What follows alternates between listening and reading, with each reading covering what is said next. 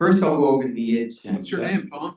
My name is, I'm sorry, I'm Tom Watzka. I'm with the Miranda neighborhood. So there'll be three neighborhoods here represented today, the Miranda, Esther Park, and Palo Alto Hills. So, I'll first open it up in a moment to the mayor, and then after that, I guess I will come back and introduce the neighborhood topics. But we'll have the fire and safety with Fire Chief Blackshire. And then evacuation procedures and planning, which may be of a lot of interest here with Nathan Rainey.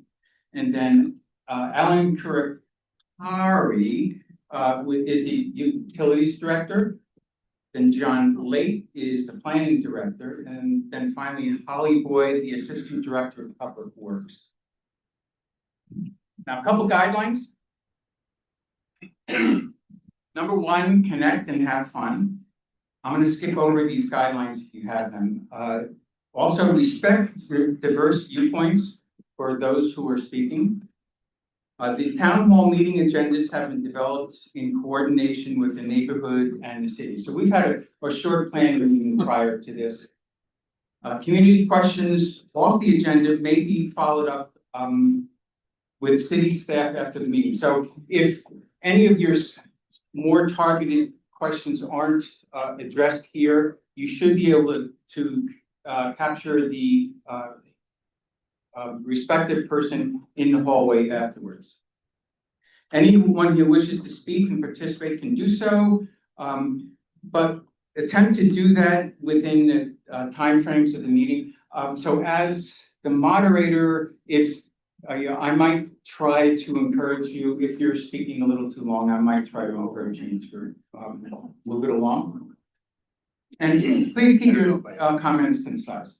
And finally, neighborhood leaders will be facilitating this meeting. That's me. Be respectful of this role to ensure a successful meeting. And with that, I'll pass this off to the mayor. Thank you. There were my podium. Thank you very much, and I simply want to welcome you. We've done a number of these before. I love these things. We're coming up on, I think this is the 7th, and we're almost up to 8 scheduled next week, or sorry, next month when we're back from break. And we're trying to do the whole city and get all the neighborhoods that we can in a 2-year period, and then rinse and repeat. We really want to be out of City Hall and in the neighborhoods, and the goal today is basically to listen. Council members are here, myself, Pat Burt, and Eve Rechtel. And we are available for questions, but we're not going to moderate it as you heard. This is moderated and run by the citizens that are sitting here for us to listen to. From Palo Alto Hills and Esther Clark Park and Miranda. And the idea of implementing these town halls is literally to have two-way communication, which is not possible in a council setting because of the rules and regulations, not to mention the time. So this should be an opportunity for you all to get to know each other a little bit better. Some council members and lots of top senior staff in our city. So dig in on whatever you like. As your neighbor said, be gentle to the citizen who's running this. But feel free to put all your questions on the table. And if there's anything afterwards, as was also said, you can follow up with council members or city staff after that. So hope it's a good event.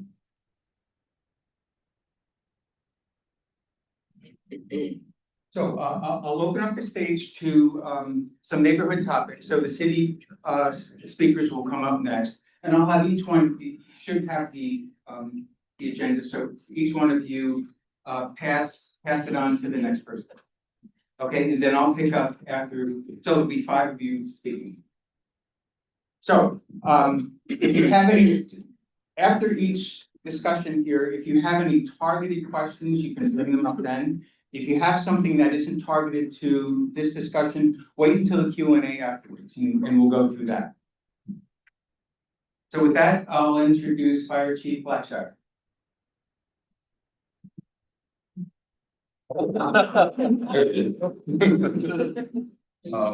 Well, first, I want to thank you for being here. This is definitely a reflection of how community should work. The level of engagement here is really inspiring and motivating and allows us to do better, to hear your voices. So it gives us an opportunity to hear, to make changes, to educate. It's like a full circle of community effectiveness. So thank you so much for being here. So I have the fire safety section for obvious reasons. Now that it's June, fire season is looming, but we tend to not use the term fire season anymore. It's more like a fire calendar, like which time of the year are things gonna burn depending on the conditions. And the LA fire taught us a lot, right? I mean, we're in the dead of winter and you had this marine influence, and who would have thought we'd have one of the most devastating fires at that time of year in that location. But the good thing about, if you had this look at silver lining to trauma like that, it gets people engaged. We start to be proactive and say, how ready are we for these type of events? And they're so unpredictable, and nobody predicted that was going to happen. But what we did learn also is I really want to put emphasis on the role of residents in effective emergency response. So the first thing I want to say is that when it comes to emergency response, we highly rely on how engaged the community is. We're going to run about 10,000 calls this year, the fire department, and most of those calls are going to come from someone in the community. Someone's going to call 911 and report an emergency, and then we listen and then we respond. Oops, sorry. But also, I want to talk about how more engagement than just calling 911 is effective. Now, what I'm going to talk about is related to wildfire, but also any type of emergency. So there's a few things that I want to talk about to make sure that you're aware of how to stay engaged. One is making sure that you're able to be notified. So what are the resources out there to be notified? There's SCC Alert, there's Genesis, which is Know Your Zone. Nathan Rainey's going to talk more about that. There's also Nixle, which you get immediate information, emergency information. And there's also, I think there's one more. That was it. If I come back to it, I'll remember and I'll let you know. But that's one, is make sure that you're able to be notified. Second is, how prepared are you in your home to be notified? Something as simple as a smoke detector. Are you confident that your smoke detector has a good battery in it and does it work? Because when you're sleeping, you don't want to find out that there's a fire by smelling the smoke. You want something audible to wake you up so you can take the correct measures to be safe. Then you want to make sure that you have an exit plan, an exit strategy. How do you make sure that determine where the fire is coming from and how do you get out of your house? It's not always going to be the front door, may not be the back door. Is it a window? You have to run through these exercises. And it's the same thing with evacuation, that if there is a time to evacuate, you don't want to learn how to evacuate when you're told that there's a warning or an order. You want to make sure that when you hear that there's a warning or order, you pretty much know the plan. Everyone in your household knows the plan. And next, I want to say you have to know your community. So network around your community, your block, your neighbors, and around the community. Know what their needs are. Do they need help when it comes to evacuation? Because in the case of an evacuation order or even a warning, it can get very, very difficult to try and, for emergency responders to come by and spend a ton of time on each home where we're just trying to get people to get out and get down the road. Because the way that you think is the way out may not necessarily be the way out. If you're around Page Mill, the fire is below you, you'll have to go up to Skyline, or if it's higher, you have to go down toward Foothill. But you have to be prepared. Is there a safety zone around your house? So if you don't have anywhere to go or it's too late, is there an area like a golf course or a park or just an area that really creates a safe boundary? So all that comes with pre-planning. And that's helpful for the responders, because once we learn that that house is empty, then we don't have to worry about the rescue component, which really puts emergency responders in danger. Once you tell us that you're out of the house, or we're confirmed that you're out of the house, then we can focus on the structure. And regards to structure, we talk about defensible space. And statistics show that 80% of the homes that are lost in wildfire could have been saved with appropriate preparedness and defensible space. Again, these aren't the things you want to wait for and initiate after the fact. We want to be progressive because when these fires happen, as devastating as they are, we want to learn from them. What can we do? What could have been done to do things differently to save more property and save more lives? So it's the notification, it's the preparedness, it's the practice, doing the exit drills in the homes and knowing your evacuation, knowing your neighbor, making sure community is strong. And again, I put emphasis, some neighbors need help. They're not able to walk. They need help just getting into a car. Knowing that, being able to call and say, neighbor, are you okay? Do you need our help? Maybe they will, maybe they won't, but you don't want to wait till that time when it's because when we run on fires, and you'd be surprised how many times that maybe someone's battery wasn't in the smoke detector, and it would have been notified much earlier, and as a response, it really made everything much, much worse. So we can talk about it, but again, the engagement from the community helps us be much more successful as responders, but helps the community be so much safer. And that's what I'm pretty much here to tell. There's a lot of information on the flyer, so I don't want to repeat and go over a lot of what you can entertain and consume in the privacy of your own home. But I just want to put emphasis on your role in effective community and emergency response. So that's quite a bit. I'm going to open it up for Q&A now.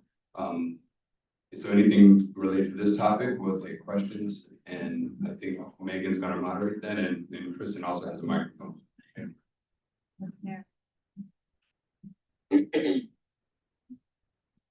Don, you'll send Miranda. No. No. No. There we go. We'll work on that one. I'm Don Nielsen from Miranda. We participate in the city's emergency preparedness as best we can from the beginning. And that's all good, but we're up a level a little bit. So it causes me to think about one other aspect of our neighborhood that will be critical in a difficult time, and that's evacuation. Miranda has a quarter of a mile. The only way out of the neighborhood is a quarter of a mile down parallel to the Foothill Expressway. There's no other way to exit the neighborhood. So at some point, it would be nice for us to participate somehow in planning evacuation should a fire come roaring down from the west and jump Foothill Expressway or not. But getting out of that neighborhood when you only have one entry or exit is hard. And usually Arastradero, it's pretty hard to get out of on Arastradero at 4 o'clock in the afternoon. And I know that will be an evacuation route as well. So we're up a level above the emergency preparedness that we normally talk about in block preparedness coordinated program. And I just want to raise that awareness with you and anyone else as to what our next step could be with respect to evacuating Miranda. That's a great question. Without knowing the layout, right, in my mind, I think what to that area specific, I will look into that. And if I have your information, we can get back to you and maybe communicate with that neighborhood. Give you whatever you need. Thank you. Appreciate that. Chief, let me take that. Sure. You're gonna cut a hole. So, yeah, to actually to that point, since we have folks from the Miranda neighborhood, and I appreciate that in our pre-meetings, that topic came up. I'm curious if there would be interest in us working with the county, because Foothill is a county jurisdiction, to put in an emergency gate on what's really the south end of Miranda. So not exactly sure what would be involved, but if that's something that is of interest, we could see what the county's reaction might be. Any sense of that? Just wondering, what's the next step? That would be it. So it would be on us to contact the county to see what the issues are from their perspective. There'd be some physical change to put a gate on that south end. Also notice, I think the neighbor down at the end of the street has put up some type of fence. So there's a bit of work that'll be required to make that happen. But if that's something that sounds like worth looking into, we will do that. I think it makes sense. We'll look into. I got a thumbs up there as well, thank you. I think I'm gonna test the mic really quick, so can everyone hear me? Great. Thank you. Will the fire department come out and do an inspection of houses upon request to see whether or not there's a defensible space? Sure, and which houses are you referring to, sir? Well, we're in Esther Clark Park, but single family residences, a lot of us have a lot of vegetation around the house. And we understand from some of the prior fires that that's a risk element. And rather than completely denuding the landscape around the house, it'd be helpful to have an expert opinion as to what plants are an issue and what plantings are not an issue. Sure, so we do when it comes to residences, we do annual inspections of every home in the foothills. Our engine companies are responsible for doing an inspection on every home in the foothills of Palo Alto. Is your neighborhood, you said you're in Esther Clark Park. Esther Clark, okay, yeah. The foothill. You're not in the foothills, so Don't do inspection. yeah. We can look into it. You can send us a request and we can come out and take a look at it. We won't like sweep the neighborhood and do that. That would be upon a special request. So if you sent us an email with your address and your concerns, what you're expressing right now, and then we'll send someone down there to take a look at it. Thank you. Yeah, you can send the address to the fire department's website. It's fire@paloalto.gov. And I'm testing this mic. Can everyone hear me okay? Yes. Great. So please feel free to raise your hands on this topic as we go, and we'll switch back and forth between the left and right sides. So, go ahead. So I'm Jan Terry, I live at the end of Oakland, and we also have the one way out, one way in, one way out. But there is sort of a back door to Foothills Park, if like in the situation of today, if we weren't able to get down. I happen to have a key of Foothill Park lock there. Actually, I have two, one for the fire station gate and one for the main. But shouldn't part of the evacuations program be that it's advertised that Foothills Park is going to offer that as an alternative for our people to be able to get out of the neighborhood? I mean, they'll be coming up Alexis all the way to the end and going through Foothills Park down to Page Mill and then up to the Skyline. But it's sort of like, I was anxious about it, so they gave me these keys and they actually work because I check them each year. But I want all my friends and neighbors to also use that if they need to. And, tonight was sort of an exercise of thinking that through. And I was saying to Mark, gee, I don't know if I'm going to make it to the meeting because I don't want to get down there and have to make a U-turn and go back. And I thought, well, should I use the Foothill Gate? And I thought, probably not. But can you speak to that? Is there some sort of program that they will open those gates? Yes, so working with our partners in the police department, like today, Mike Warren, supervising ranger for Foothills Park or Foothills Nature Preserve as it's called. Yes, there is a process. We coordinate with fire and PD during our response to incidents like today. And yeah, PD went up and actually secured Foothills while we sent rangers down to the fire on pavement. So we all work cooperatively together. We're on the same radio channel, so we're able to. Did you happen to open those gates? We did not open gate 5, but if there was a thought that it would cut off Alexis, then yes, we would have opened that.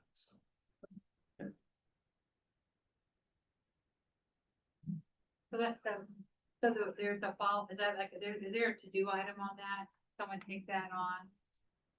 No, that's part of our procedures. That's what the ranger was saying, was that in depending on the emergency and the predictive behavior and how necessary evacuation warning would be, is when we would engage on these evacuation practices. But I think We the can to-do would publicize be that. to educate the community so that they know that that's an option. And also go to Jan's house. Yeah. We won't let anyone in authority know that Jan has that special key. So yeah, just because that's the first I've heard of this.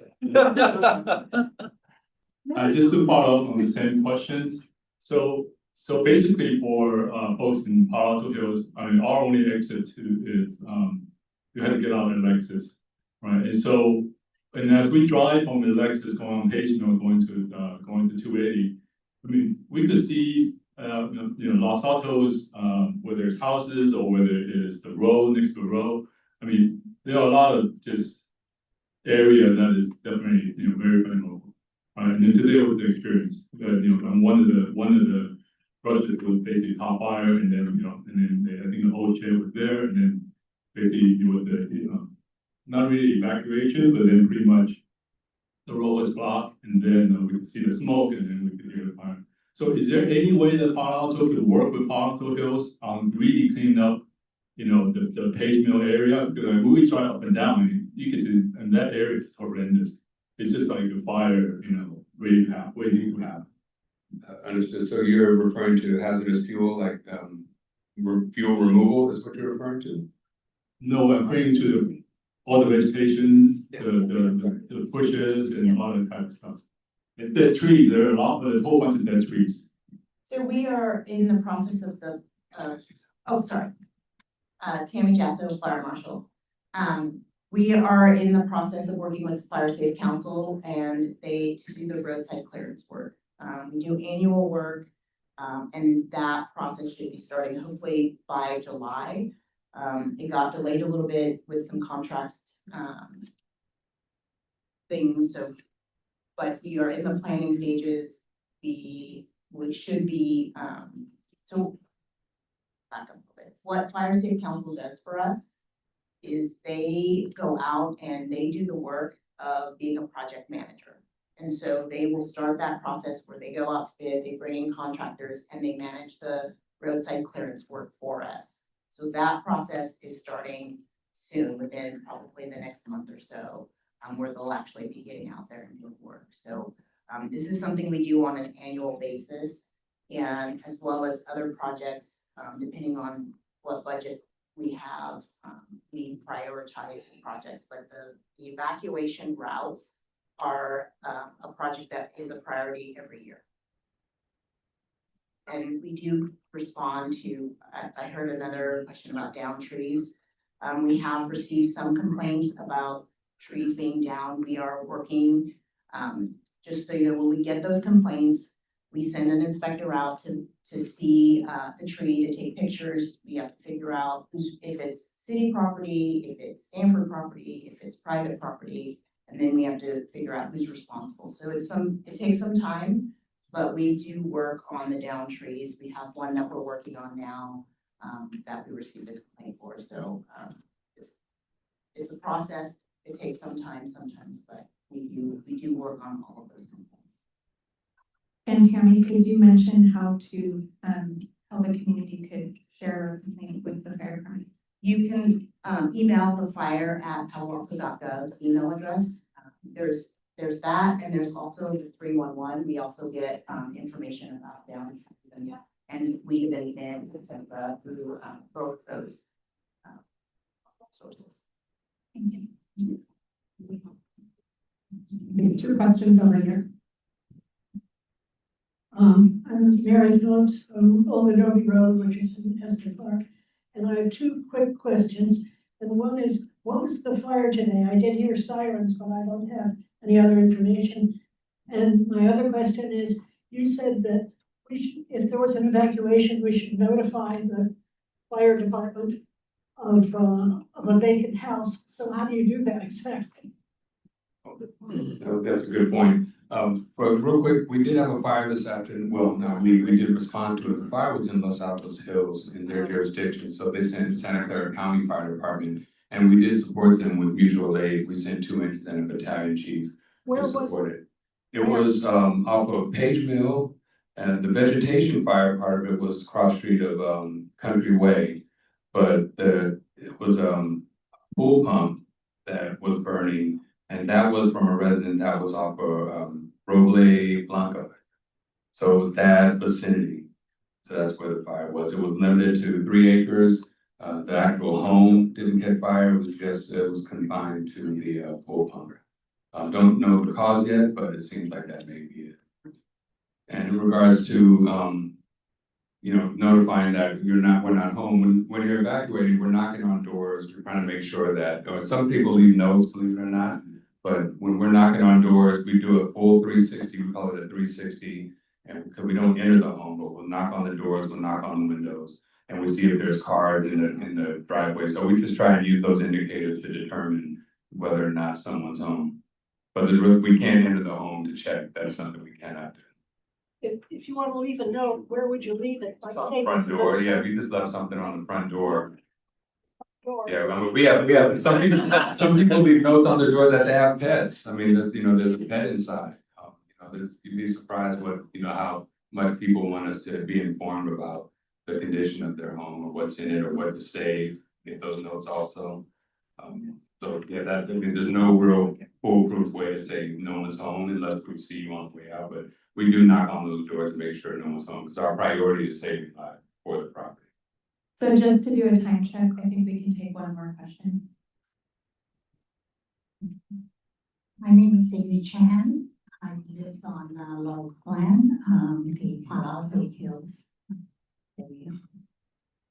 The back of my house is back into the residential reserve. And I want to shout out to your rangers. They were very helpful recently. They came out to remove one of the a dead tree, a fallen tree actually. But there are a lot of vegetations, dead trees, etc. in the back of my house. I lived there for 36 years. And in my time, no one had ever came to clean up that area. And it was interesting to hear there's a priority in terms of roadside clearance. I'm wondering what priority would you put in the back of my house? I'll take it. Okay, so that area is outlined for work under the Foothills Fire Management Plan. Kind of paralleling the back of the Lexus Drive and Laurel Glen on the north side. I've only been with the city of Palo Alto for about 3 years. Every year that I've been here, we've taken on actually quite a few projects between the Pageville Fire Break and also doing work behind Alexis and Bandera drives. It's on our radar. We're trying to get it done. It's a matter of crew availability. We had fortunate for 2 years, we had support from CAL FIRE. They were giving us 2 to 3 hand crews to supplement the ranger staff with doing this work. They were not able to do that last year. We're hoping hopefully this year that we can have that crew back again. To put it in perspective, the area behind Alexis and Bandera Drive, about 4 acres that we did and push vegetation back about 200 feet from all the homes. That took about 8 weeks and 50 people to do that work. And to quote the CAL FIRE captain, he said it was some of the worst vegetation area that he had to service doing predative work. He goes, it's so much poison oak and so many bees nests. He goes, the crew doesn't like working back here. So hopefully we can talk them into doing the other side. But we're gonna have to, we're looking at ways to do that. So hopefully I'll have more information for you coming up. What kind of budget is that? For that? What kind of budget is that to have a? So, the community services department in open space, we have about 60,000 that's allocated for fire fuel reduction out of our budget. Our discretionary spending is about 200,000 out of Tiny, here. it's a tiny amount. That's what we have.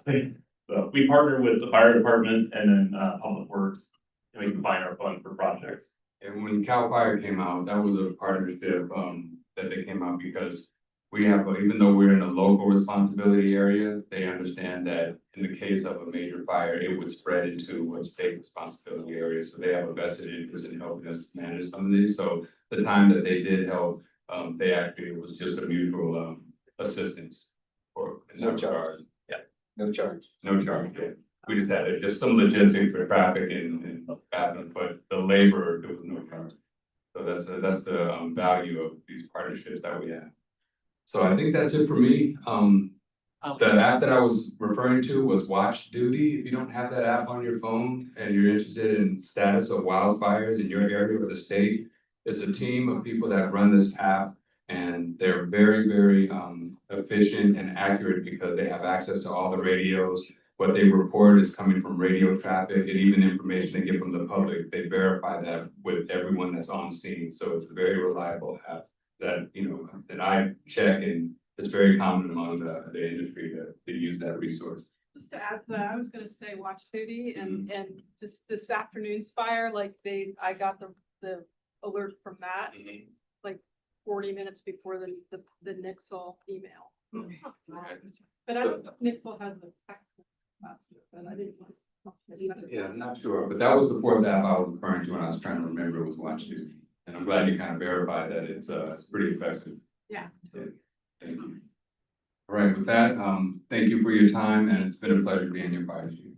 So I believe the next speaker is going to be Nathan Rainey. He'll be talking about evacuation procedures. And I do just want to know, I know there were some other hands raised. We will have time at the end to also answer additional questions should you want to ask them at that point. Go ahead. Thank you. Well, good evening. My name is Nathan Rainey with the City of Palo Alto's Office of Emergency Services. We are broadly one of the city's emergency management organization, and so we sort of have our fingers in a number of different things. I do want to thank Tom for volunteering to be our moderator tonight. Tom and Don both have been longtime members of a program that our office runs, the Emergency Services Volunteer Program, where we try to organize neighborhoods to be neighborhoods where neighbors are helping neighbors. So we try to have folks volunteer to be block coordinators, where block coordinators get to know people on their blocks, get to know their neighbors. Chief Blackjar mentioned this idea of neighbors helping one another. And so the basis of the ESV program is for neighbors to help neighbors.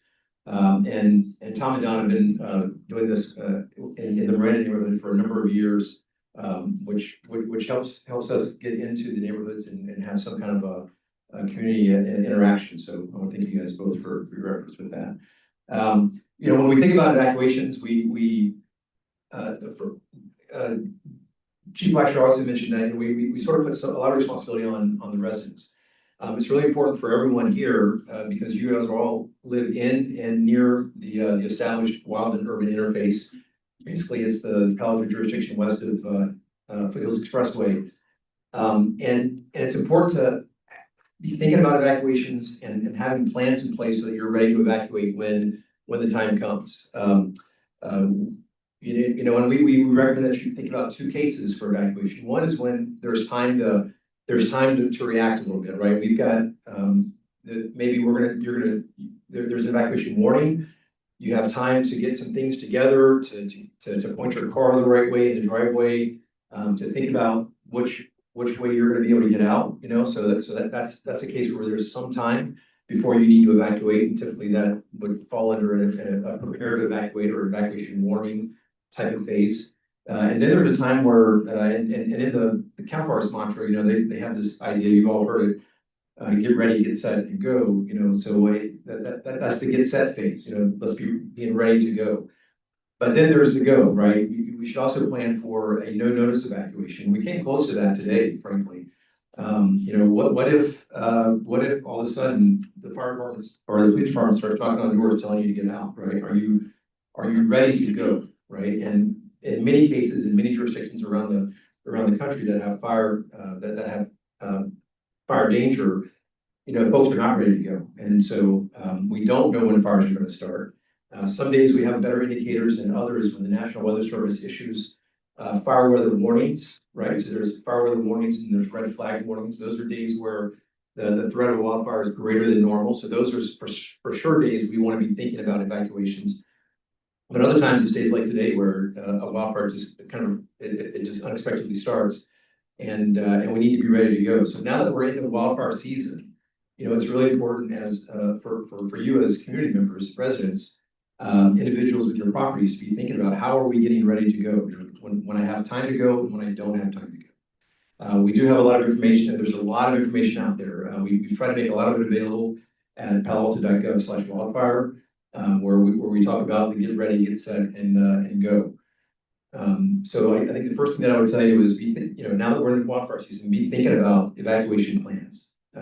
And if you need help thinking about that, you know, you can contact the fire department, you can contact our office, OES, at paloalto.gov, and we'll be happy to talk to you about it. When you're thinking about evacuation plans, also, think about all the ways that you can evacuate. The question came today, well, we had to drive down towards Los Altos Hill, down towards 280 on Page Mill. Well, today you wouldn't have gone down that way. We would have routed you up up Page Mill to Moody Road and out on Moody Road. So it's really important we're thinking about all the many ways that we can evacuate, right? There may be one way to Page Mill, but once we get to Page Mill, what are the different ways we can evacuate if we live in the foothills? If you live in Miranda, there's a challenge there, but what are the different ways we can move once we get onto the secondary streets? So knowing the different ways that you can move is also very important, because we're all creatures of habit. We get used to one, we come home and we leave home the same way all the time, but it's important for us to be thinking about that. The city, we also have a responsibility to try to make notifications to you in a timely and accurate way, and the way that we do that is going to be through Alert SEC. So we encourage everybody here to be, as Chief Blackmore mentions, to create accounts and to be registered in Alert SEC. You can go to alertsec.org. It's the county's Santa Clara County's mass notification system. Every county in California has a mass notification system, and this is the one that those of us in Santa Clara County use to send mass notifications. We can use the wireless emergency alerts, so that's an alert that will come to your cell phone when you're in the boundary that we register to send the alerts. And right now we have a template in our system that will notify all the zones in the foothills, right? So if there's a fire in the foothills, our plan right now is to notify everyone in the foothills that there could be a danger and we need to be preparing to evacuate. And you'll get those alerts through Alert SEC. So we encourage you to have an account in that system. We also use, as Chief Blackshire mentioned, Genesis Protect, and that's a website you can go to today, genesisprotect.org, and we've got a flyer out in the main area that encourage you to know your zone, right? So in Genesis, you can look across the Bay Area, you'll see all the jurisdictions that have created zones for their jurisdictions. And so we have the Palo Alto jurisdictions broken down into zones, and for the three neighborhoods that are here, Miranda is zone PA 52, Esther Clark Park is zone PA 51, Foothills, the Country Club area is Palo Alto 41, and then the Upper Page Mill Road has zones 43, 44, and 45. And then, of course, we have our Palo Alto, Los Trancos part of Palo Alto, that's zone 42.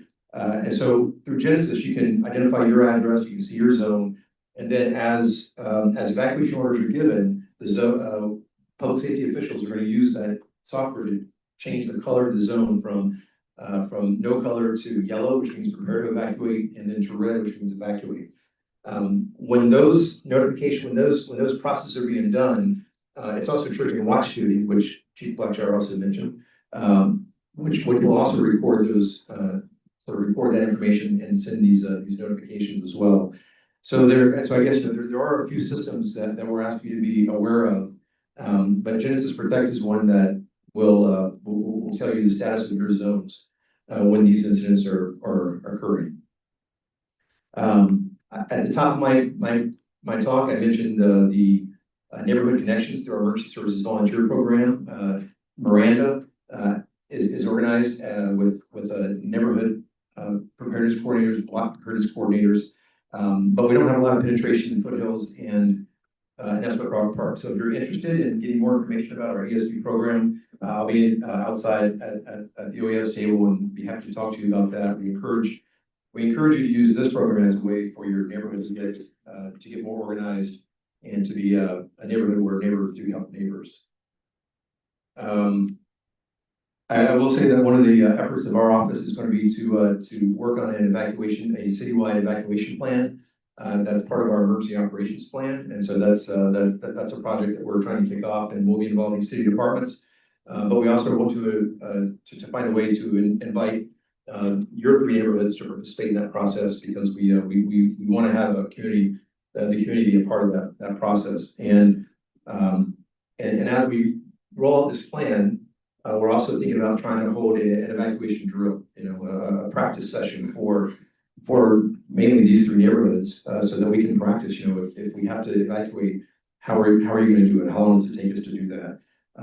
And we'd like to do that if we can get the participation of the community to help us with that. And Fire Marshal Chasso, myself, and some other city representatives will be we trying to push that. But because we're not isolated in the foothills, we have our partners, our district partners in Los Altos Hills, and then on the other side, Woodside, Portola Valley. We really think we ought to do this in a multi-jurisdictional format, because we're not going to be the only ones on the road when we're evacuating. This has to be a multi-jurisdictional process and collaboration. So that's something we're going to try to do, and we'd love to have your participation in that kind of event. We'll put out more information as we get that more formalized, but we hope that that's something that you can help us with. So I'll leave it at that, and open up for any questions that anybody have. Yes, sir. Hi, Pat. I realize that, and maybe this is more that the chief will be able to inform folks, but we didn't touch on that we have as a city a foothills wildfire prevention plan that we update every several years. And I would think that people here would be interested in what's in that plan and how they can engage in input and when it's next being reviewed. Second, we have a new wildfire detection monitoring program that has been installed in just recent months in the foothills, and maybe the chief or Nathan can speak to that. And we also are just far along in a multi-million-dollar utility underground within the foothills. And that's really important. As we all know, a lot of these fires are from high voltage wires. These are not the big transmission wires like we have in LA that are even more hazardous, but this is a big deal and a big investment that the city's been doing. And then lastly, Nathan alluded to it, but our department have been doing coordination with the other districts. We're up there in the foothills, and we all know that a fire doesn't respect city boundaries, but we have county fire next door, we have state Cal fire, we have Woodside and Portola fire, and even Menlo fire in the lower foothills, and even in Lahanda's fire group. And so there is a lot of coordination. I think folks might want to learn a little bit about those different things too, because I think those are among the most substantive things we're doing in the foothills, and I want to know more about it. Where can we see the plan? Is it online? So the plan is just finishing its update process. So the 2017 plan is online right now. Next week we should be able to upload the new plan to our website, and we can work with Megan and team to get that out so you guys can see it. But essentially what the plan is, so it's a wildfire, we call it the Foothills Fire Management Plan. It is a fire mitigation plan. So it's when Mike talked about the work that the rangers are doing in the parks, those are areas that are designated in the plan that say these are the areas that we want to mow, places where we want to mow, places where we want to do vegetation management. They're designated spots. It outlines the evacuation routes. When we talk about evacuation routes, we talk about Pigeon Mill Road, Rastero Road, Los Trancos Road. So those are the primary evacuation routes to get the community out of the foothills, and also provides ingress for our fire apparatus to get up into the area.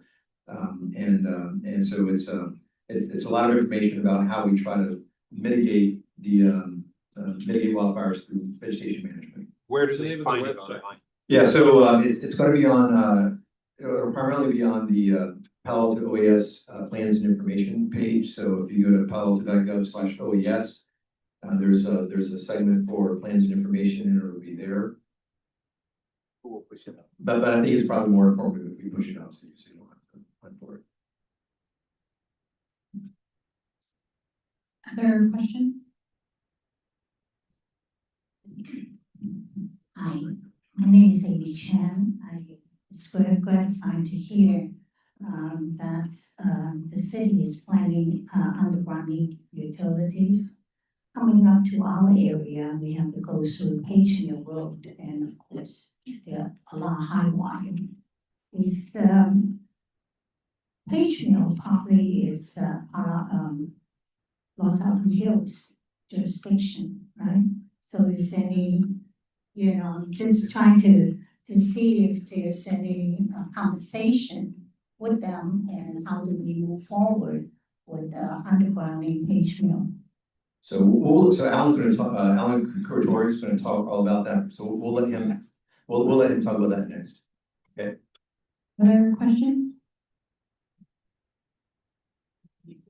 John Zeisler from Esther Clark Park. I know the wildfire mitigation plan has been underway. A lot of the eucalyptus trees have been cleared out in Esther Clark Park. I think almost all of them were removed very, very promptly, very quickly. So the flip side of that is it disrupted the wildlife in the area, the birds, the deer, the coyotes, they sort of scattered as well. I'm curious if there's a wildlife mitigation plan that runs in parallel, because these are our, our parks and our. So thanks, Sean, for the question. We think about that in terms of like ecological restoration. We know that when we do things like that, we have to think about what do we do to sort of replan or restore. And so I think Mike's going to talk a bit about that. Yeah, so the process starts when we're looking at projects like that. We do have those sites surveyed. Contractors that were out there, they are certified in looking for nests when they're removing trees. The plan going forward is, yes, we are looking at replanting, revegetating. Esther Clark Park itself is a 22-acre park at the Oak Savannah. So you're not going to see a bunch of trees that are going to get put back out there because A, we're trying to reduce the fuel load, but B, we want to keep the ecosystem in alignment with what it is. It's an oak savanna. We don't want to plant a bunch of trees because we're going to overpopulate. There's a certain, I think between 31 and 39% tree density per acre that we want to maintain. But yeah, it is at the forefront of our thoughts. We definitely don't want to take wildlife homes away while we're doing this fuel work. And so that is a constant back and forth as we're edging forward these types of projects, is making sure we're doing our due diligence to mitigate effects on the wildlife and then still providing habitat for them.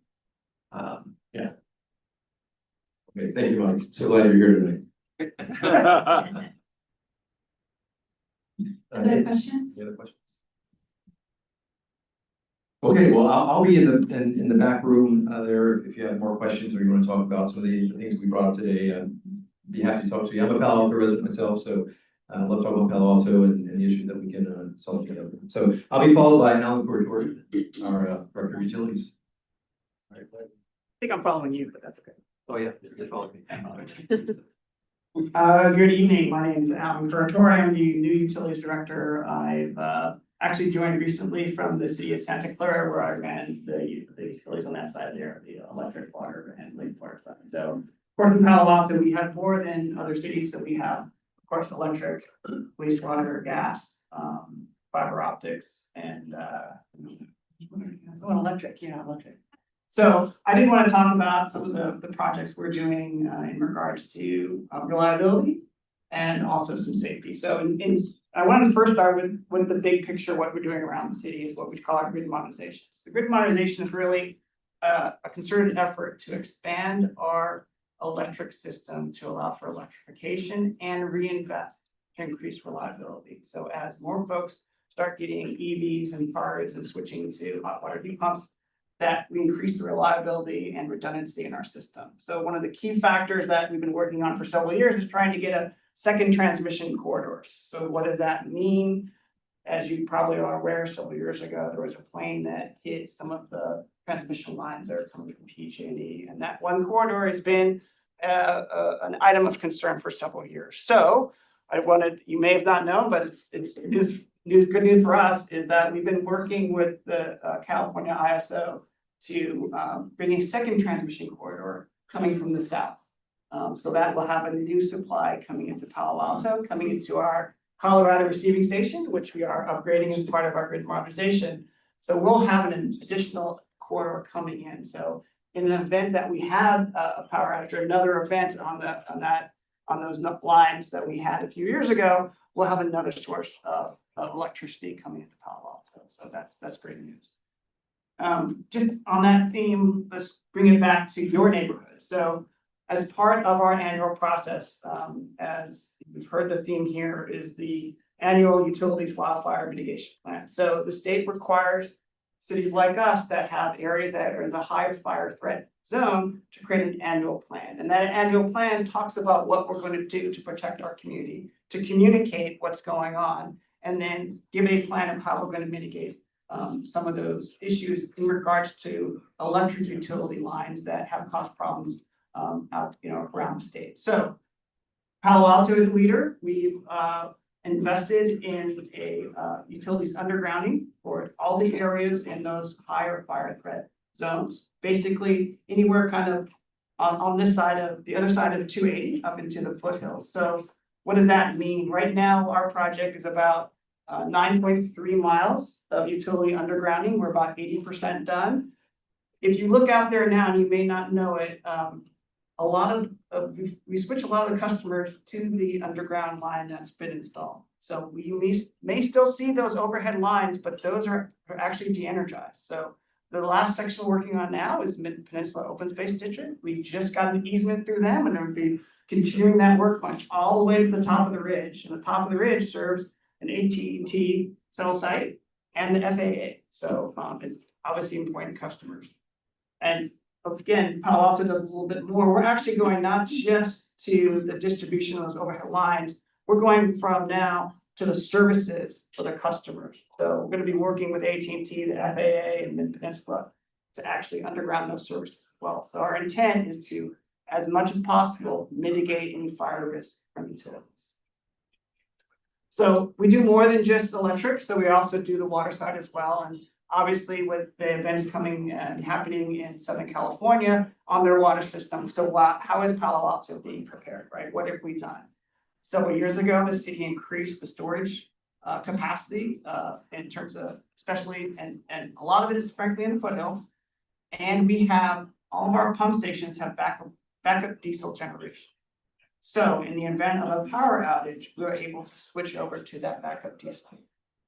We also, as part of this undergrounding work, have put fiber. So we now have fiber communications going to all of those sites, those pump station sites and the reservoir sites. So our SCADA and our information coming back to our control center, which is staffed 24/7 at our municipal operations center, we will have that information and we're able to control it from there. So those are the types of things and investments that we're making. As Councilmember Burt mentioned, there has been a significant investment. To date, about $11.3 million has been spent to this utility undergrounding, significant capital project, and a very valuable project to reduce our risk and liabilities. And the total budget is around $15 million. So we're on track to complete that by the end of this year. And the reason why it's the end of the year, because we want to get those services in as well. So we're expanding that scope a little bit to make sure that we're protecting. So that's my very high level. And I can also address the PG&E. We do have some poles out there where, especially when you get just on the other side of the Foothill Expressway, we actually share poles with PG&E. So we will take our distribution off, but the poles will remain for PG&E. So what does that mean for PG&E? Actually, we have a new PG&E representative with government affairs. The city manager invited me to have a discussion.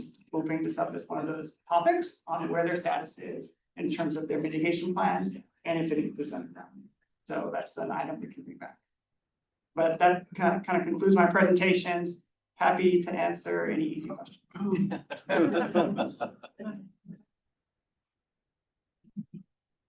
You were seeking a second transmission corridor. Again, our neighborhood has one, and there's a manhole over on Rastradero where we know all the water accumulates. So I don't know, our neighborhood has only one electrical entrance in it as well. I don't know whether that's practical do something about it, but, nor do I know whether our neighborhood is picked on in terms of the averages of the city. But it is a susceptible, for us, to electricity coming into, the Miranda neighborhood.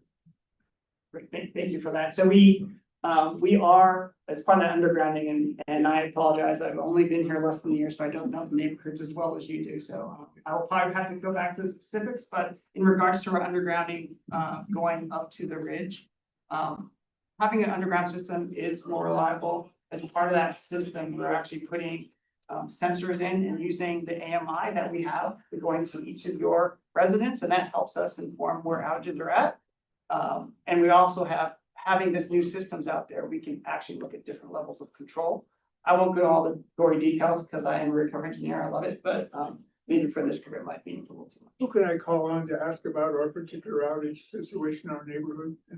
So unfortunately, we don't have a really pithy, really tight email address, so it's utilitiescustomerservice@paloalto.com. We will send you a link. I'm sorry, You can excuse me, send it to me. Yeah. It's at paloalto.com, and I'll make sure that they get it. Why did we have a power outage on Memorial Day in Palo Alto Hills? We had this great underground system, but is our electrical aging, and so we're having more of these? We were never told why we had that outage. 6 o'clock in the morning, Memorial Day. I have in the folder over here, the outages for the last year, so I'll be happy to talk to you about that. All right, and so you say you have fiber that connects, fiber communications that connect the water tower? Yeah, so So that means Foothills Park has fiber. So we have fiber going to our facilities. So in Foothills Park, there is a sewer pump station that you might be aware near the preserve. Right. It's a beautiful structure, with a diesel generator there. So we're gonna have fiber going to each of those sites, especially on the well sites. I'll double check whether it actually goes to the water tower in there. Yeah. The water tower is absolutely. And every water tank, every pump station will be on fiber. Okay, so I have another thing that's sort of outside of electrical and water, and that is, we don't have terribly wonderful cell service up there. But you have a wonderful tower behind the fire station. And what would it take to be able to use that tower, or to have a new one put up by Verizon to be able to use that cell service there? I won't speak for the fire department. I'm not sure if that's something we can take separately. I think that actually is a question for Verizon. Yeah, Verizon's seeking sites all over town, and perhaps you contact them and let them know that. Would you be receptive? I think we need to look at, well, they'll need to look at in terms of their network and what would provide the coverage that they think is needed. But we do work with Verizon all the time in leases of city facilities, or where it's appropriate for use of towers. Okay, all right, thank you. Hi, excuse me, I'm Jeff Miller. I'm in Miranda neighborhood, which I don't know because you're too new, but we're not actually in the hills. We're on the, I guess, the east side of Foothill Expressway. I don't know. West side. West side, sorry. Right back on. So we're a little like service road, and there's a power line that runs parallel to us. And you guys, I assume it was the utility department, I don't know, but you guys came out earlier this year and did a lot of tree trimming. And to be quite honest, they did a lousy job because we have all kinds of trees that are inside or covering our wires that at least go through my house. And I kind of would like to get that looked at. The whole street probably ought to get looked at. I haven't been all the way down. And the other thing, I mean, maybe, these individual complaints that people in other areas could care less about, but like we have at least one pole that's at like a 70-degree angle. I can't believe the utility company people don't know this. So it seems to me that needs to be looked at. So be happy to take this offline and talk to you about that. We do inspections or required inspections to our facilities, including our poles. There are requirements looking at stability in the structure itself. And we do a lot of tree trimming. So last year in this area, we did 8,193 trees, but I'll leave it over there. Hi, Peter Garlander, urban forester for Public Works. We can definitely talk after, but we tend to only clear the primary and secondary lines. We often don't clear the surface drops. That's due to manpower and hazard level. So your surface drops are usually insulated, so they're the lowest risk. Also, we tend to not prune the communication lines. So if you're seeing a lot of limbs on the very bottom wires, those are all communication lines that are spaces leased by the communication companies, and we don't clear those unless they're hazard. So if it's pulling on the pole, then we'll address it. And we have some drawings and figures we can show you in terms of what that looks like in terms of our sphere. And that line clearing and tree trimming is primary for the protection. And so we have criteria that we are pretty well established for the health of the tree and for the safety in providing space. I think we can take one more question, or do we need to wrap up, Tom? Okay, we will have time afterwards to have additional questions answered, so just want to note that. And yeah, I can introduce John Cooley, and he's been here a very long time asking. We'll take it to Miranda. All right, good evening, everyone. Again, I'm Jonathan Lee. I'm the Director for Planning and Development Services. I've been asked to talk about a couple of environmental initiatives that we've been working on and touch on housing. I see that we're a little pinched for time, but I'm going to be a little brief and happy to stay afterwards and answer any questions that you have. The first one I want to speak about is the bird safe glass ordinance that we are working on. Many of you probably know birds sometimes confuse large pane windows or any window with clear glazing as a continuation of their flying space, and will confuse that as part of the horizon, and they will collide with those window panes, causing the birds to be disoriented, knocked out, or even killed. And in an effort to support the city's interest to support a productive or supportive wildlife environment, we're looking at regulations to require limitations on certain window glazing and to incorporate that fritted glass or other mechanisms that a bird can distinguish so they don't fly into it. The ordinance that we're working on has been reviewed by the Planning and Transportation Commission, and it has identifies the Baylands area as well as the foothills and areas within 300 feet of streams as bird sensitive areas, and those have more restrictive standards than would apply to other parts of the city just due to the increase of bird activity populations in those areas. This is going to go to the city council, we anticipate in August, and we can have to share more information about that program. Another initiative that we're working on is related to a lighting ordinance that is intended to advance dark sky principles to reduce light pollution in the community. This is intended to support, again, wildlife habitat, human health, and to advance our sustainability interests into reducing excess light pollution in the community. You can imagine this is an ordinance that would introduce some light shields to focus lighting in certain areas. We have limitations on like a lighting curfew or new installations of lighting fixtures.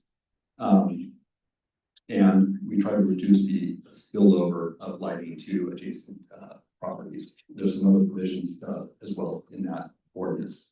This is one that the city council actually has reviewed. I think it was back in maybe April, and they asked staff to come back with some additional refinements. So we are working on that, and we expect to return to the city council again in August. The other initiative I want to speak to is the stream corridor protection ordinance. This is one that we are, we currently have some regulations, but this has been a long-standing policy of the city to update these standards.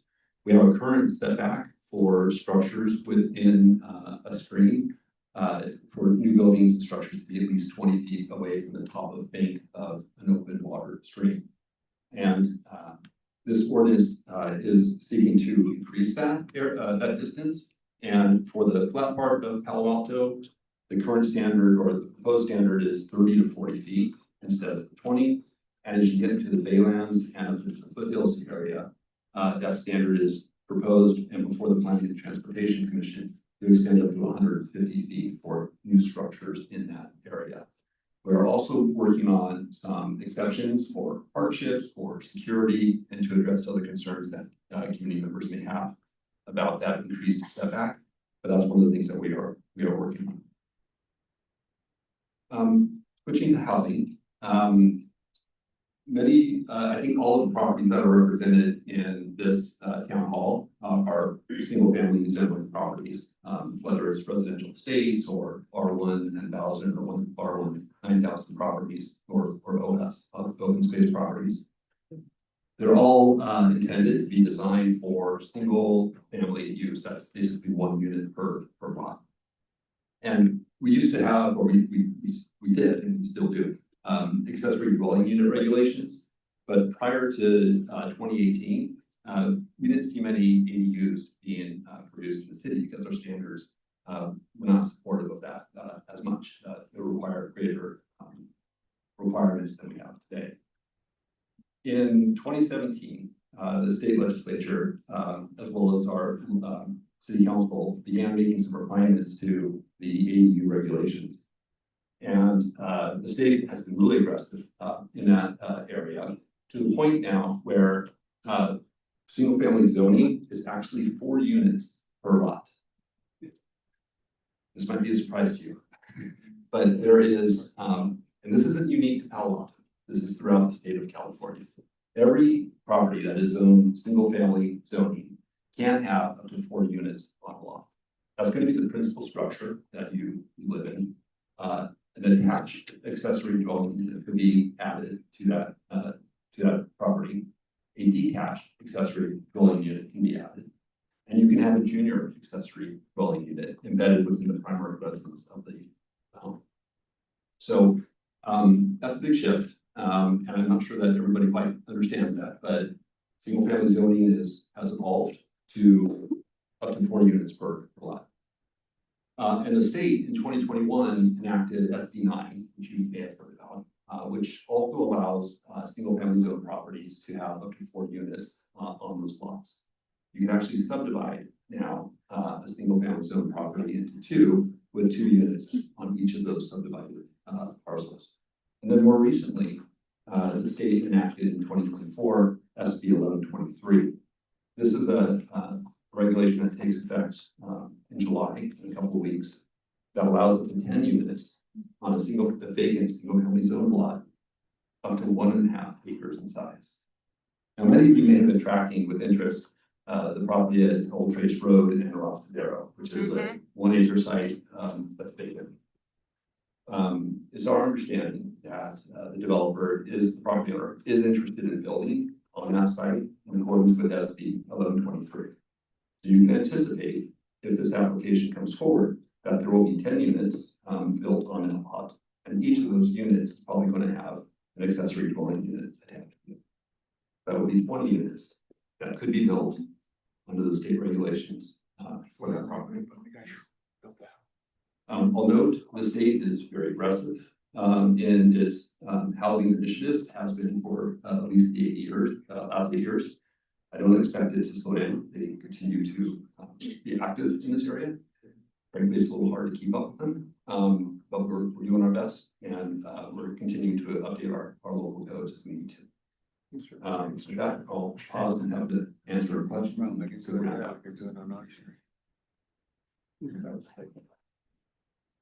That was a big sigh. I think people are getting over the shock of what you just said. No, I'm for it. Hello, But I'm sensing hostility. I'm Jeff Watt from the Esther Clark Park neighborhood. Couple comments on the street or protection ordinance. A part of Esther Clark Park neighborhood is actually quite flat. The area along Oak Hill Avenue and East Avenue.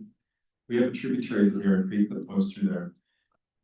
So there's really two comments. One is that the city's creek map shows that that tributary to the Bear Creek is a natural creek flowing all the way down Oakville Avenue. The reality is that it was undergrounded for half that distance by the city a few decades ago. So I think the city should update the map so it's really clear where the ordinance would apply.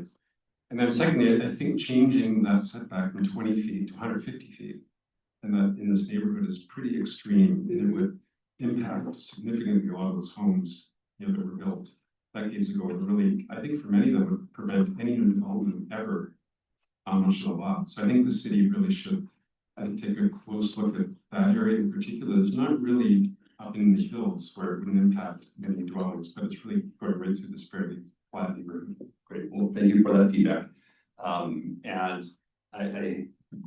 We will take a look at and are in the process now, thinking about some exceptions, hardships that would apply to situations where, for instance, the setback.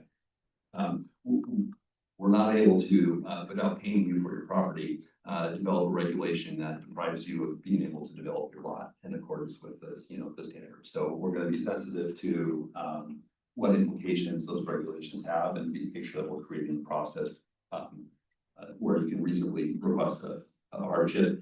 And we will also take a look at whether those standards are appropriate throughout the foothills area. I think this project is, or this ordinance is going to the planning commission. I didn't mention it in July 31st. I got that right. That would be an opportunity to also provide some comments to the Planning and Transportation Commission before it makes its way to the City Council in September or October. But I appreciate your comments on others. This is along the same lines on Nielsen, Miranda. I understand Palo Alto has in their ordinance to be that has to do with the riparian, protecting the waterways, the creeks in the city. As, I don't know, what the first line of defense or some modification of 1123. In our neighborhood, over half of the houses are on a Adobe Creek. And the setback is obviously of interest to us as to whether or not that is mitigates, the encroachment of high density into our neighborhood. So I'm really interested in what the city has to say about our neighborhood as a what is the vulnerability in our neighborhood to 1123. Yeah, and this was Miranda. Yeah. So where you have a vacant residential, so a vacant property in your neighborhood, since they're basically all single family zoned. And it is 1.5 acres or less. Those are properties that are eligible under 1123. And I didn't state this in my comment, but this is the ministerial action. There's no discretion that the city has in processing these applications. These are set forth by the state as something that does need to proceed. And they've set a process where we can streamline that application review process. I know of, so the only large vacant property that I know in the area when I spoke to at Old Place Road, which I think is technically maybe an Esther Clark Park. So I don't know of any vacant properties in the Miranda neighborhood specifically. But if you bulldoze a house, does it become a vacant property? So you can't demolish a home without having a replacement project in the city, except under certain circumstances. Thanks, one here. Hi, I actually have two questions. Thank you for being here. Luke Chen, I'm in Palo Alto Hills neighborhood. So regarding the Windows spec, the new Windows that's coming up, would that spec be well defined? Because I think most commercial or actually people that actually provide the windows, manufacture the window, would it be something that they could easily provide that spec for us and we could tell them that, hey, this is what we need in order to comply to the city's new regulation? Yes, there will be specific limitations on specific window sizes, which will be called out in the ordinance. If it exceeds a certain size, I think if it's like 4x6 is like an example of the type of window size that at that point we want to start seeing some of this deterrent for the birds to not run into it. But then there's another calculation about the facade length, that a certain percentage of the windows along a particular facade also need to be bird safe, glazing. So I don't have those specifics to share with you right now. I can certainly get you, that information, but yes, that's the intent to include that information in the utilities. Sure, okay, and actually, the follow-up question is, you mentioned the SB9 and then the SB 1123. So I inquired before, and then my understanding from for Palo Alto Hills area that is a high fire zone, so we're not. Yes, thank you. Thank you. I meant to say that in my remarks. For both SB9 and SB 1123, properties that are located in very high fire hazard safety zone, that those provisions don't apply. So it's some properties in the Palo Alto Hills area, but I don't think it's all of the properties in that area. How would we know? So the question was, is the bird safe glass standards going to apply retroactively to existing homes? No, it's not, but if you're going to replace a window, that's when you need to get a permit, and we are going to look at that. I'm sorry if I missed that earlier. Last question. Okay, Mary Ann Roberts, Esther Clark. I have a question about the lot on the Rastadero and Holy Grace, and they can build up to 10. Will neighbors be informed of what these 10 are going to look like, and do they have to sell them at various rates? I mean, so that low income people can buy, as well as, you know, this is a developer's dream to get rich over this 1 acre lot. So what are the specifications that they can build there? Yeah, so thank you. Understanding those concerns. The process, so there is no public process, there is no review process, there's no community meetings or hearings or events. There may be a notice requirement. I have to double check on that. The homes themselves are intended for sort of middle income, families. And so the state law actually limits the average size of the units that are being built to 1,750 square feet. Okay, But there is no deed restriction requirement or income restriction or affordability. These can be all market rate units.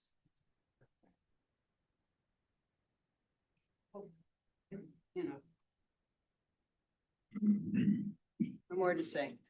It's not sore to me, so. Okay. Thank I think that was the last one, and I'll be around afterward, happy to answer any more questions. We're going to go over to Holly Boyd, who's going to talk about the streets. Sure. So good evening, my name is Holly Boyd. I am part of the Public Works Department. I'm here to talk about what Public Works does and how you guys can communicate if you need any maintenance or anything on your streets or neighborhoods. So Public Works maintains all the streets, sidewalks, curb and gutters, storm drain, street trees, etc. So each year we have, as part of our street maintenance program, we have a capital project that goes out and services our worst rated streets. And we also have a preventive maintenance contract that goes out and attempts to preserve the lifetime of these streets. Every other year, our staff goes out and surveys every city street block and rates the pavement based on numerous rating values, including like graveling, number of trenches, block cracking, etc., and produces a pavement condition index. We call it a PCI score. So that score is published on our website, and with that score, we make determinations on which streets to pave every year. So part of our overlay project, we focus on the streets that have a street PCI rating of 60 or less on a scale of 0 to 100. So 0 being the worst, 100 being the best. So we have a 5-year plan posted on our website. Anyone can go look on it. The street blocks are listed there. We don't actually publish our preventive maintenance plan because we're fluid and flexible. We pick those out in coordination with meeting with monthly with our utilities department as well as our Office of Transportation Department to select streets that we know either need a striping upgrade or streets that we want to extend the life of cycle of the pavement. And yeah, so those are selected every year. Now, if you guys see an issue with your streets, I did scan the neighborhoods before I came here. I believe the Public Works has maintained most of these streets in your guys' neighborhood in the last 10 years, so they all have relatively good PCI scores. But if you guys see a pothole or notice a lot of your neighborhoods don't have sidewalks, I know Miranda Green, I think, is the only street, yeah, have sidewalks. But if you notice a hole in your sidewalk, your street light is out, something like that, I highly encourage you guys, the best way to get a hold of us is use Palo Alto 311. It's available on our website, it's an app. I highly encourage you to report any issues or concerns about maintenance in any of those facilities. Pictures are wonderful. So yeah, that's what I'm here for. So I'm here to answer any questions. I have a question. So You go. I got it first. Okay. So I have a question. So if there are requests for improvements, so I answered too quickly. We do have parts of our community that don't have sidewalks. So if there are requests, do those requests for improvements also go to 311? Yes. Okay. Okay, so. Yeah, I'm Becky Saunders, and what is the chain of command for the 311 process? Because sometimes I have gotten a rapid response, and sometimes it goes nowhere. So, who gets it first? It depends on the request. So, for example, Public Works, they have a very specific process that they go through in terms of who receives all of them. I know for a fact that their director reviews those requests on a regular basis. But for example, CSD, also our Community Services Department has a different level of request based on park maintenance and graffiti and that type of thing. So each department kind of is a little bit different, but they all have a level of review by the department as part of that process. So if you are feeling like it went into a black hole, we can definitely take that concern and Escalate it. you can escalate it. Absolutely Escalate it. Yes. Through to one of us, Okay. directly to City Manager Eshikata. Anyone want to guess what the most frequent request we have through Palo Alto 311? It goes to. Cut the tree. Just have a guess. Yes, it's leaf blowers. Our number one complaint is the leaf blowers citywide, by far. Gas. Yeah. Well, it's leaf blowers. I think the ordinance is against gas powered leaf blowers, but when a complaint comes in, presumably it's gas, but never really. So we actually have a staff person that goes out and investigates every one of those. Wow. Other questions related to anything Holly raised? I have one. Okay. So our street in Alexis and World and Bandera and Country Club are considered non-conforming narrow streets. And every once in a while, somebody has to do a survey. And you have these really brown, wonderful survey, The monuments. the monuments. Okay, yes. So, about a year ago, I put in a 311 because our monument was ruined. And so they came up and they took a look at that and they said, that's dangerous, so we're gonna fill it with asphalt. Well, we tried to figure out, we can weld this thing back together, because this is not like the rest of the city. It's like, but it's not the only one, there's probably hundreds in our 5 streets, right, or 4 streets. So they went away, and then I got this notice that says, it's been fixed. So I go out there and look, it's not fixed. So I just re-entered it. I mean, are they not gonna ever give us, now nobody can do a survey at the end of our street because it's plugged with asphalt. Yeah, that's not good. So. So I just pretended that you didn't get the message and I said it again, but. Okay, so no, I didn't get that message. However, I'll give you my card. Okay. And email me directly because this Public Works Department is maintaining the monuments. We actually don't have that many of them in the city. I want to say there's like maybe a couple hundred, period.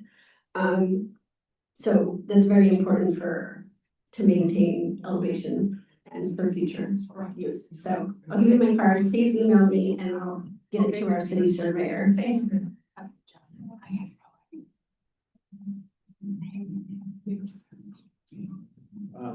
My name's Art Roberts. I live on Manuela Street. We have very fast drivers. And I think quite a few of us would be happy if we had either bumps in the street or one of those electronic speed. The feedback signs. Feedback signs. Yes. And we've asked in the past and nothing's happened.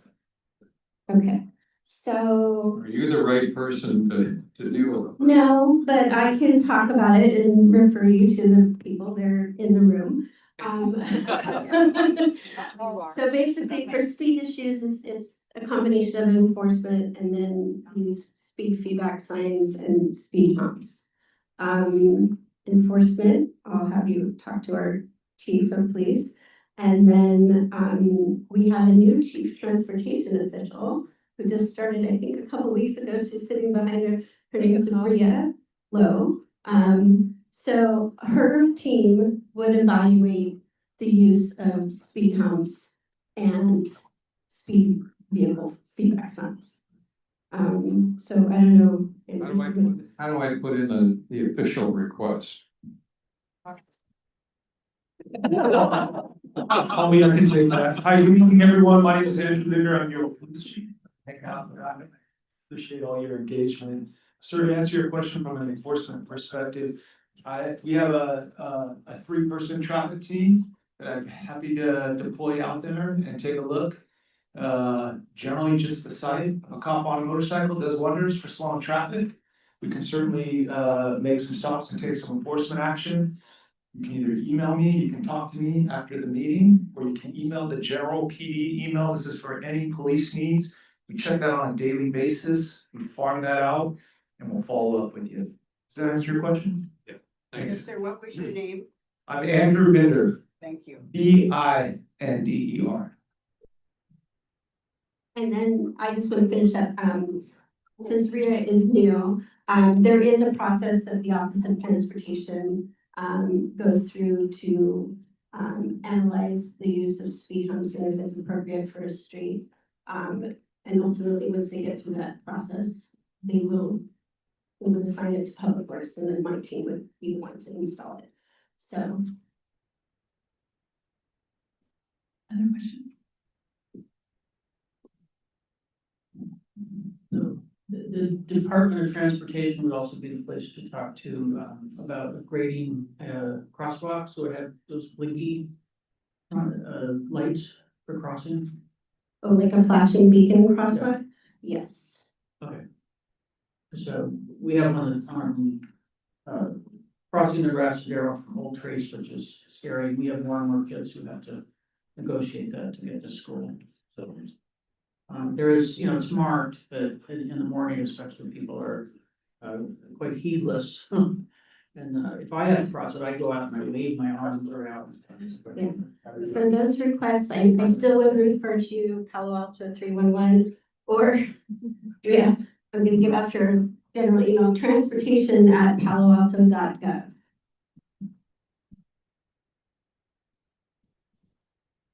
Any other questions? So the original plan was that we finish, have 20 questions after the presentation, which we did. And we'd end up with a half hour for general questions. We now have 6 minutes or so. But the good thing is, everyone that spoke here will, oh, excuse me, everyone that spoke here will be out in the lobby. So if you have more pointed questions, you can get them face to face. So are there any more general questions before we conclude? So I gotta tell you, there were good questions. You're all a great audience. Thank you very much. And for that, I'll introduce you to Councilmember Hurt to close things up. There was an agenda item about Miranda Avenue. Well, yes, it was, Holly addressed that as a general, Okay. transit or road, what is it, improvements and maintenance thing. Okay. That's good. Well, thanks everybody for coming. It was a good turnout and I hope you really valued being able to engage and the fact that our city department heads and either number one or number two have come to talk to you. They want to add just a couple little things. Holly mentioned our pavement condition index, and we all have in our neighborhoods some street that we think isn't good enough. But overall, Palo Alto's pavement condition index is a score of 84. And that may mean nothing to you except it ties for the highest in the entire Bay Area. So on average, we have very good streets.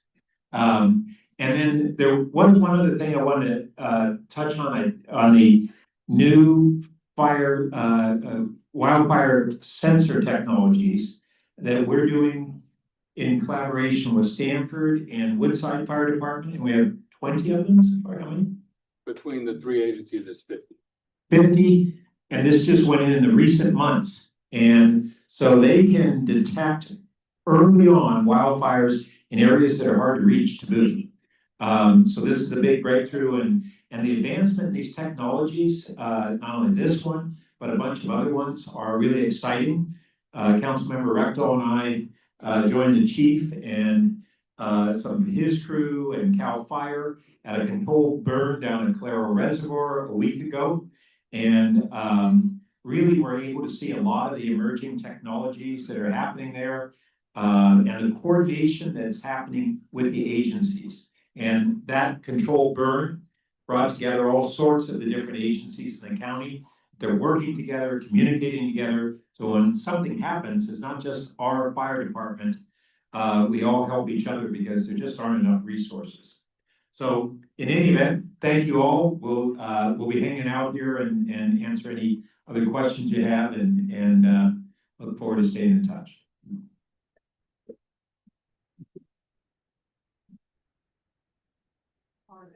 Okay.